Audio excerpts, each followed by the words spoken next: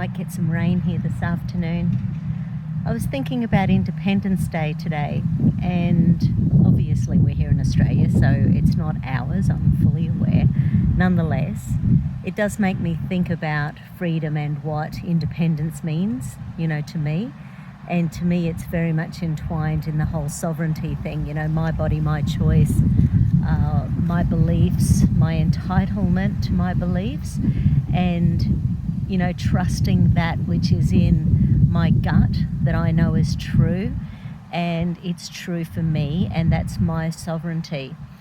So I was sort of thinking that sometimes when I've got clients in my room, and I'm chatting with them, through the whole time they're in treatments with me, and it allows them to start speaking their truths as well, because so many people, I find, never speak their truth to the people around them, whereas when you're in a position of in a counselling role, in a kinesiology role, in a role where there's no judgment, and you're simply going through the process of working out the blocks, working out the sabotages, working out the past life or genetic or karmic or things that are holding people back. And sometimes you find all these little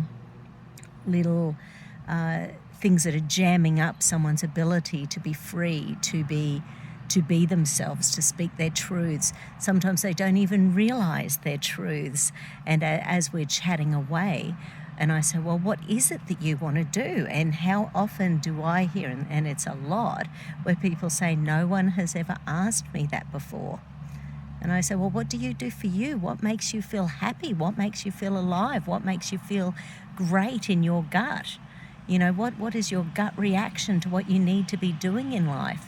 And once again, people often say, I've never thought about it. I've simply lived my life with what I believed I was supposed to do. And I'm so lucky, and I realise I am so lucky. I found natural therapies 30 years ago. So 30 years ago I started my training. And I was incredibly lucky that I found naturopathy first, and it was because of my mum. My mum got unwell, and she went to see a naturopath locally who didn't really help her, and that's fine. But she sort of had a feeling it was stress. She had a feeling in her gut that she was unwell because I'd moved 2,000 kilometres away with, the kids. And she knew it was stress. But people didn't get that. 30 years ago, it wasn't the first thing people thought. They thought, you've got a rash, let's treat it with steroids, let's treat it with, these herbs for the skin. Whereas she felt like it was going to be something stress-wise, which in hindsight, it probably really should have been. But, now we're 30 years later, people understand the stress connection a lot more. And I was telling someone yesterday that she asked me, what got me into kinesiology. And I said, well, I was sort of like a mixed, it was sort of a strange beginning for me. But I sort of do feel like this was my sovereign lesson, because it really has felt right from moment to moment to moment. So there I was at, say, 21, 22 years old. And I was looking for something to study. And I was looking at a couple of things, actually. So fashion design and accounting, funnily enough. And I couldn't find something that was just grabbing my attention. I was looking at the costs, and funnily enough, thought they were way too expensive, which is hilarious given the amount of money I've spent on my training. But then Mum got sick. I read a book, Pavo Airola, How to Get Well.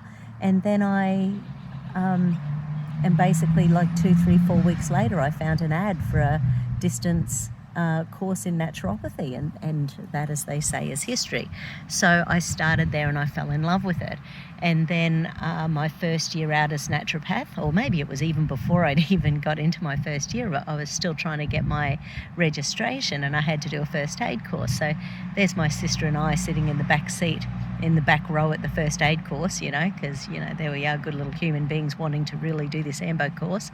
And there was someone in the front row asking really intelligent questions. And I said to my sister, that sounds like someone who's a massage therapist or a physio. She's actually asking really intelligent, on-point questions. And my sister, being my sister, said, well, you can't make friends. How about you go and, introduce yourself in the break? And funnily enough, my friend Linda and I, we've been good mates for 25 years, 26, 27, however long it is now. But amazingly, then we started swapping massage week in, week out.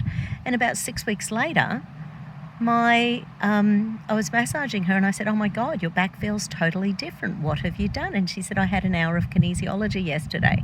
And I said, what's that? And she told me, and I had no idea what she was talking about.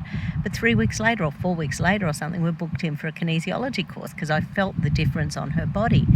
So I have gone from one thing to another in my life, just trusting my gut. I'd never met a naturopath until I was 3 years into my naturopathic training. I had never had a massage until I had been doing massage for 2 years. I had never met a kinesiologist before I was in the course. So unlike other people who are out there who become healers because they've come from a space of ill health or they'd always been to people who they respected and admired, that wasn't me. I, really, besides having glandular fever at 15 years old, I really, which probably screws my weight, but whatever. But, it's really interesting. I have followed my gut, and now looking back on it, that is owning my sovereignty at every step of my training for the last 30 years. And it didn't quite feel right, even though I had been thinking about accounting and fashion design for like 5 years before that. They were the two things that I always thought in high school that I'd probably go ahead and do. But as soon as I found that naturopathy, somehow I knew. As soon as I heard about kinesiology, somehow I knew.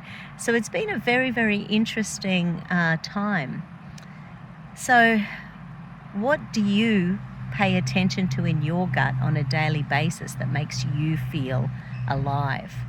How do you impact other people around you by owning your sovereignty? And I was thinking about it because obviously the last year has been very trying, as we know, and I feel in my gut that things are going wrong on the planet, that there are big, things at play. And, time will release the truth, as it always does.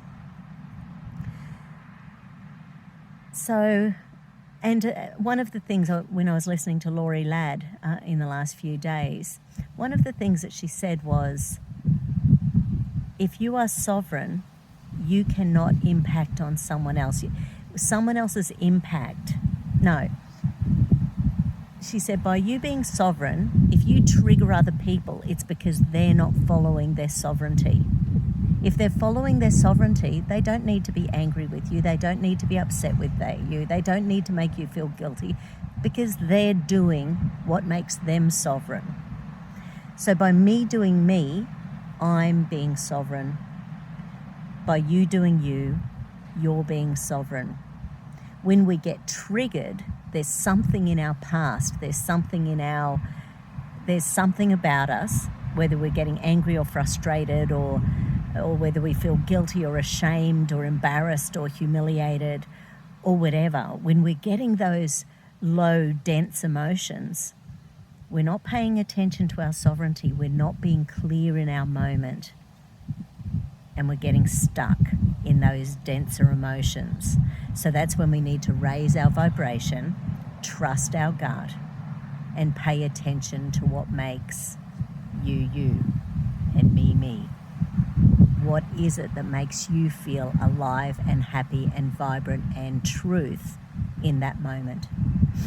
Anyway, happy Independence Day, everyone. Hope you're having a spectacular day. See you later.